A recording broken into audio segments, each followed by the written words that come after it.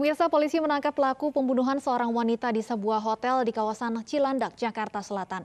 Dari hasil pemeriksaan, pelaku membunuh korban hanya gara-gara tersinggung disebut bau badan.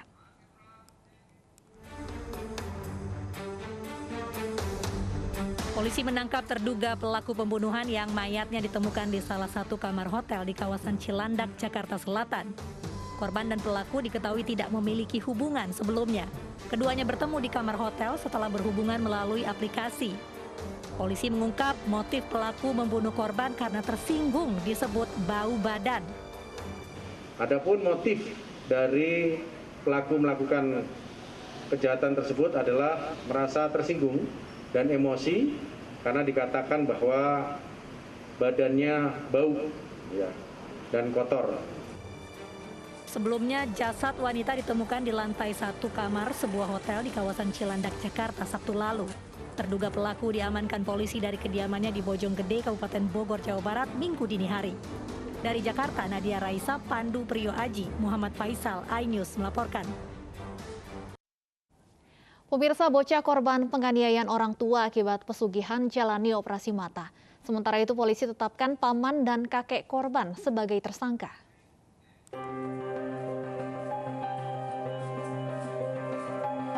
Bocah korban penganiayaan yang mengalami luka di mata kanan menjalani operasi mata di Rumah Sakit Umum Daerah Syekh Yusuf, Kabupaten Goa, Sulawesi Selatan. Korban mengalami luka robek 360 derajat pada matanya akibat penganiayaan yang dilakukan oleh orang tua kandungnya untuk pesugihan. Dan alhamdulillah kita dapat korneanya masih bagus, utuh, tidak ada masalah. Yang bermasalah itu hanya bagian putih mata, ya. Kalau kita lihat ini namanya konjungtiva dan sklera, itu 360 derajat robek. Insya Allah kita berharap bisa sembuh kembali dan anak ini bisa normal penglihatannya seperti sedia kala. Sementara itu, paman dan kakek bocah berusia 6 tahun yang sebelumnya menjalani penahanan di Unit Perlindungan Perempuan dan Anak, kini ditetapkan sebagai tersangka oleh Satuan Reserse Kriminal Polres Goa, Sulawesi Selatan. 4 terduga pelaku telah diamankan. 2 diantaranya telah ditetapkan sebagai tersangka dan telah dilakukan penahanan, yaitu paman korban dan kakek korban. Sementara ibu dan ayah korban masih menjalani pemeriksaan kejiwaan sebelum ditetapkan sebagai tersangka. Dari Kabupaten Goa, Sulawesi Selatan, Bukma, iNews melaporkan. Korban pelecehan di Komisi Penyiaran Indonesia jalani pemeriksaan psikis di Rumah Sakit Polri Kramat Jati. Sementara itu polisi telah memeriksa 5 terduga pelaku.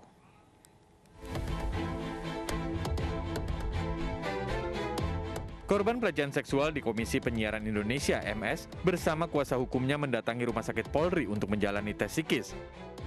Dijadwalkan korban MS menjalani tes pukul 10 pagi.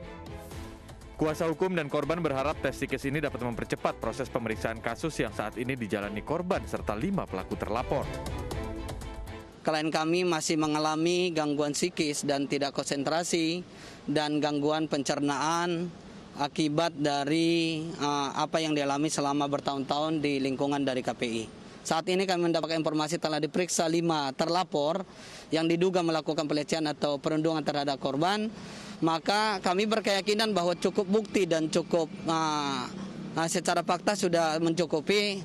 Akan tetapi kami menunggu apa yang menjadi pemikiran dan statement dari pihak Polres Jakarta Pusat untuk pemeriksaan ini untuk dijadikan apa. Sebelumnya, seorang pegawai Komisi Penyiaran Indonesia mengaku menerima pelecehan seksual dan perundungan oleh sesama rekan sekantor. Polisi kemudian memanggil 5 terduga pelaku perundungan dan pelecehan seksual tersebut. Dugaan perundungan dan pelecehan seksual telah terjadi sejak 2012. Korban pun mengaku telah melapor ke atasannya, namun malah dipindahkan divisi. Setelah informasinya viral di media sosial, Polres Jakarta Pusat turun tangan menyelidiki kasus ini. Tim Liputan iNews melaporkan. Kita ke informasi lain, pemirsa. Perseteruan penyanyi dangdut Ayu Ting Ting dengan netizen makin memanas. Kini tim kuasa hukum Kartika Damayanti melaporkan orang tua Ayu Ting Ting yang diduga menyebarkan alamat orang tua korban yang berada di Bojonegoro di media sosial.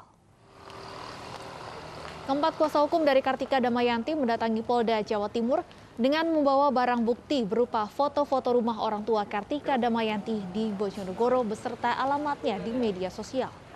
Perlakuan orang tua Ayu Ting Ting dinilai melanggar pasal 28 soal Undang-Undang ITE karena dinilai merugikan pihak keluarga Kartika Damayanti. Kan adalah diinformasikan secara luas, tentunya ini adalah dampak negatif yang kita antisipasi akan diketahui oleh khalayak umum. Bahkan yang dikhawatirkan takut ada pihak ketiga yang tidak menyukai. Dua remaja terekam kamera pengawas saat mencuri uang kotak amal di Masjid Raya Ikhlas Ar-Rahman Kayu Aro, Solok, Sumatera Barat. Para pelaku yang beraksi nyaris bugil itu viral di media sosial.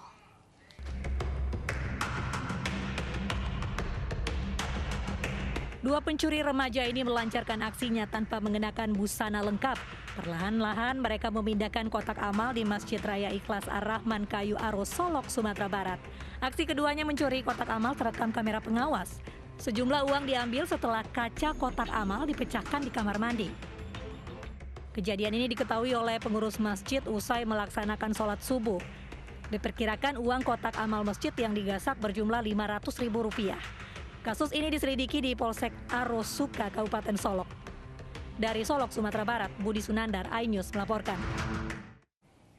Dan pemirsa, untuk informasi selengkapnya terkait dua remaja mencuri uang kotak amal di Masjid Raya Ikhlas Ar-Rahman Kayu Aro, Solok, Sumatera Barat, sudah ada pengurus masjid Samsul Bahri. Selamat sore Pak Samsul Bahri.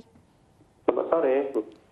Baik Pak Samsul, apakah sudah ada informasi jika pelaku sudah ditangkap atau belum? Sampai saat sekarang belum ditangkap. Tapi kasus ini sudah dilaporkan ke polisi Pak atau sudah ada pemeriksaan dari pihak polisian? Sampai saat sekarang kami dari pengurus masih dalam mengadakan musyawarah. Tapi secara lisan sudah, tapi secara belum. Dari rekaman CCTV ini Pak, apakah Anda ataupun pengurus masjid lainnya mengenali wajah kedua pelaku? Sampai sekarang belum. Artinya bukan warga sekitar Pak, kedua pelaku ini, dugaan sementara.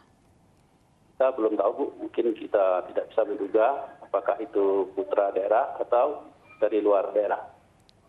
Baik, berapa kira-kira jumlah uang yang hilang Pak Samsul? Ya, perkiraan uang kami sekitar 500.000 kira-kira. Kurang lebih Rp500.000. Ya. Baik, apakah pencurian kotak amal di masjid ini pernah terjadi sebelumnya Pak? Sudah yang kedua kalinya selama kami menjadi pengurus. Ini yang kedua kalinya. Ya. Peristiwa pertama apakah juga terekam CCTV Pak dengan pelaku yang sama? Terekam? Pelakunya sama Pak? Kan itu pelakunya sudah agak tua, tapi sudah kita lapor juga ke polisi waktu itu. Ternyata sudah diproses, tapi ternyata uang masjid kita lebih kurang dari 1 juta waktu itu. Tapi secara polisi tidak bisa menahannya. Baik, untuk pencurian yang terekam CCTV kali ini Pak, ini kapan tepatnya peristiwa ini terjadi? Ini kiranya malam minggu, kejadian sewaktu hari sholat subuh minggunya, akhirnya pengurus ada beberapa orang mau menyalakan sholat subuh, ternyata setelah dia ketemukan kotak infak sudah dibobol oleh orang-orang ini. Artinya pada saat kejadian ini memang sedang tidak ada orang ataupun pengurus Pak di masjid? Tidak, pengurus tidak ada, cuma ada penjaga atau garin masjid tapi tempat tinggalnya agak jarak dari ruangan masjid. Pak Samsul, apakah Anda mengetahui mengapa kedua pelaku ini, kalau kita lihat dari rekaman CCTV, ini hanya mengenakan pakaian dalam saat melancarkan aksinya? Saya lihat memang ya Bu, cuma berpakaian dalam, kepala ditutup kayaknya. Anda mengetahui Pak, mengapa kedua pelaku ini nyaris bugil bisa dikatakan seperti itu pada saat melakukan aksinya? Juga tidak tahu motifnya seperti apa, apakah rencananya, kita juga tidak tahu. Baik, Pak Samsul, Anda sampaikan tadi pencurian kotak amal juga pernah terjadi sebelumnya. Kedepannya, apakah akan ada tindakan pencegahan lainnya Pak, untuk mencegah agar supaya peristiwa ini tidak kembali terulang? Mungkin kami dari pengurus nantinya akan mengadakan musyawarah barangkali pencegahan bagi kita ada. Yang pertama barangkali kita harus melengkapi CCTV-nya kembali, memenahi pintu-pintu dari masjid, apakah itu nanti dengan gemboknya, apakah nanti kita pakai teralinya, Bu. Baik, Pak Samsul, tentunya kita harapkan kedua pelaku ini dapat segera tertangkap. Terima kasih Pak Samsul Bahri atas waktunya sudah berbincang bersama kami di AINI Sore.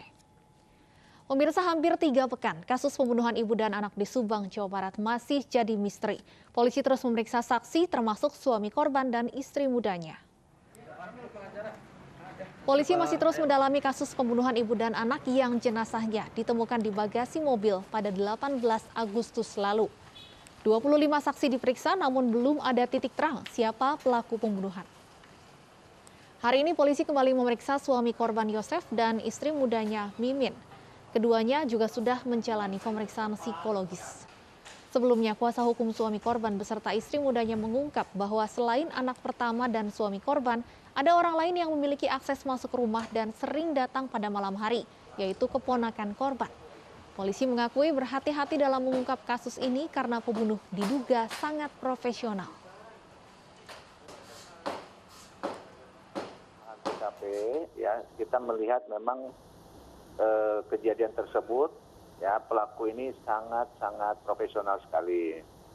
Ya, sehingga kita untuk menentukan siapa pelakunya itu kita juga akan berhati-hati dalam proses penyelidikan. Secara konvensional kita sudah melakukan, secara digital pun kita sudah melakukan. 3 pekan lalu seorang ibu dan anaknya ditemukan tewas di dalam mobil. Kasus ini terungkap setelah suami korban melaporkan ke kepala desa setempat yang kemudian meneruskan laporan ke polisi. Hasil penyelidikan di TKP terungkap tidak ada barang yang hilang dan tidak ada satupun bagian rumah korban yang rusak. Polisi menduga pelaku pembunuhan adalah orang yang sudah dikenal korban.